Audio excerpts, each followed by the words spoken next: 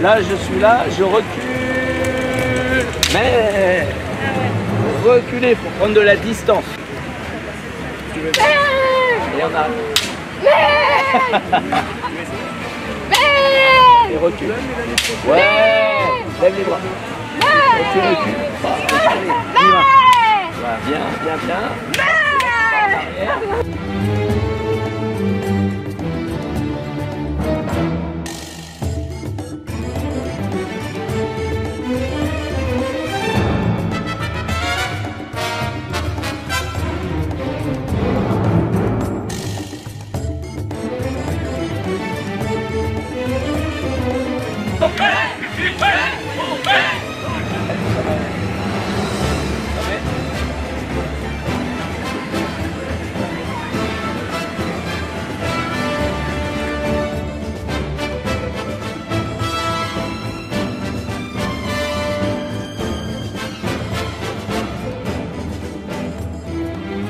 Un art qui vient de loin du Japon, c'est du kendo en fait, c'est de l'escrime japonaise. Donc là vous regardez une démonstration du club Seigakukan de Toulouse. Et là on est sur les frappes de base. Il y a 4 frappes de base et à chaque frappe est prononcé le nom de la frappe. Le men sur le casque, le côté sur les poignets, le dos qui est du coup la découpe du dos. C'est un art violent ou pas? C'est un art de combat. C'est du combat. Les coups sont portés pour de vrai, mais comme vous voyez, ce ne sont plus des vrais sabres. Ce sont des sabres en bambou, des shinai, et toutes les protections sont là pour être protégées et pouvoir vraiment s'exprimer. C'est un art de la relation. Mais de la maîtrise aussi, maîtrise de soi, c'est ça, hein? De soi et surtout de la relation. Comme vous voyez, ce sont des combats à deux où il faut être à la bonne distance pour faire la bonne frappe. Donc on travaille l'expression et la relation dans un combat. Avant de combattre, j'imagine qu'il y a beaucoup de préparation pour être apte ensuite à combattre. Il y a surtout de la préparation sur les postures et sur maîtriser les techniques pour avoir la bonne posture et pouvoir se présenter à la bonne distance. Donc c'est beaucoup de répétitions. On y vient pourquoi? Qu'est-ce qu'on recherche? Alors moi je suis venue pour mes enfants. Parce qu'on recherche de la maîtrise, on recherche un art martial. Et c'est un art qui peut être pratiqué en maman et enfant. Beaucoup viennent pour s'exprimer. Merci beaucoup. Avec plaisir. Jean-Pierre, l'organisateur de cette fameuse Japan Touch numéro 6 peut-être, c'est bien ça? Bonjour Jean-Pierre. Bonjour, bonjour. Alors, Japan Touch, ce n'est pas la convention parisienne, mais elle a quand même le mérite d'exister ici à Toulouse depuis 6 ans.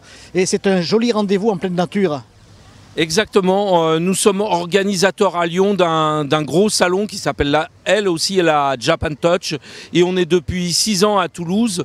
C'est un événement qui est en plein air, certes, qui est gratuit aussi et qu'on veut très festif parce qu'il est inspiré des matsuri japonais. Donc c'est des fêtes populaires qu'on trouve dans chaque village au Japon, et donc ici on essaye de reproduire un peu ça. L'art de vivre au Japon. Beaucoup de jeunes s'identifient un petit peu à cette mode japonaise à travers le manga, à travers les costumes, les fameux cosplays. Il faut dire que la France aussi est la première consommatrice de cosplay au monde.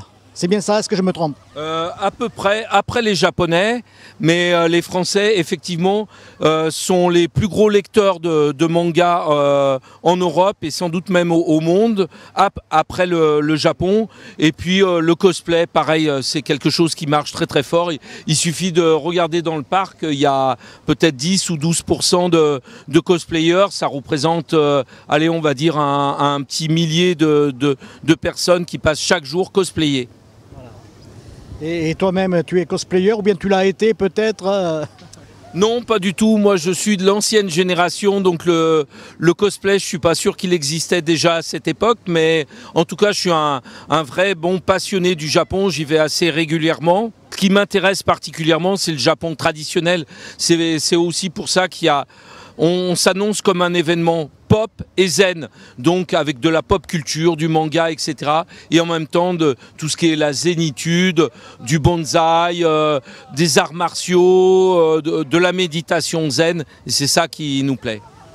Alors pour terminer, bien sûr, il faut dire quand même que nous sommes dans un lieu japonais, puisque c'est le jardin japonais de Toulouse, qui est absolument divin. Bon, il n'est pas très grand, mais il a quand même le mérite d'exister parce qu'il est beau et entretenu. Exactement, c'est vraiment, nous on court un peu les jardins japonais en France et dans toute l'Europe et très honnêtement celui de Toulouse c'est vraiment un des plus beaux qu'on connaisse. Il y a des jardiniers qui travaillent au quotidien et il suffit de se balader dans ce jardin pour voir l'étendue de leur travail, c'est très bien entretenu et c'est vrai c'est un coin de zénitude le plus total. Merci. On l'aura compris, rendez-vous en 2024 pour la 7e édition. Au revoir. Merci.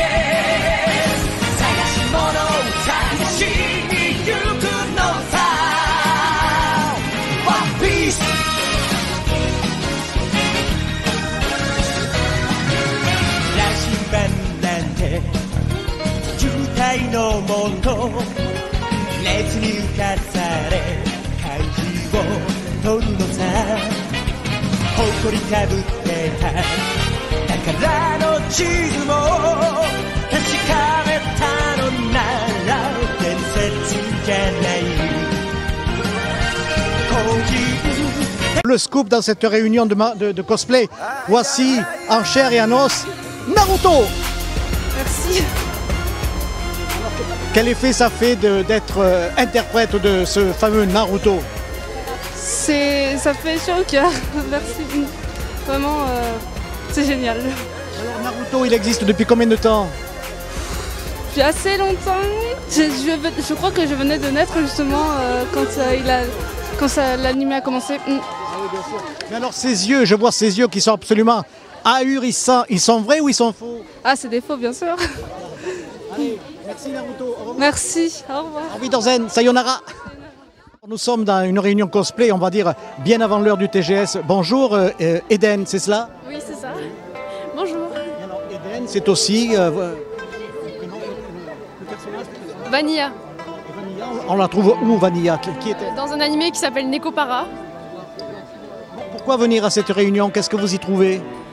Déjà, on voit beaucoup d'artistes qui vendent par exemple des porte-clés. Moi, j'ai mes petits artistes préférés. Et puis comme ça, on rencontre d'autres cosplayers, d'autres gens. Puis il y a des gens qui demandent des photos. C'est agréable, ça fait ça. En fait, vous êtes venu faire aussi votre shopping marché, hein? Oui, un peu, c'est ça. Puis on sort avec les amis, donc ça fait sortir un peu, ouais. On va dire qu'avant la rentrée, c'est encore un air de vacances. Exactement, c'est ça, oui. Vous êtes toulousaine? Non, moi j'habite à Rabastens. Rabastens. C'est dans le Tarn, ça? Enfin, c'est juste à côté. Vous allez défiler, là? Il va y avoir un défilé de cosplay. Oui, j'attends pour ça, effectivement. Vous allez faire quoi? Une prestation? Chanter, danser, bouger? Non, je sais pas, on m'a dit de venir parce qu'il y avait une scène cosplay, donc je suis là. Au revoir.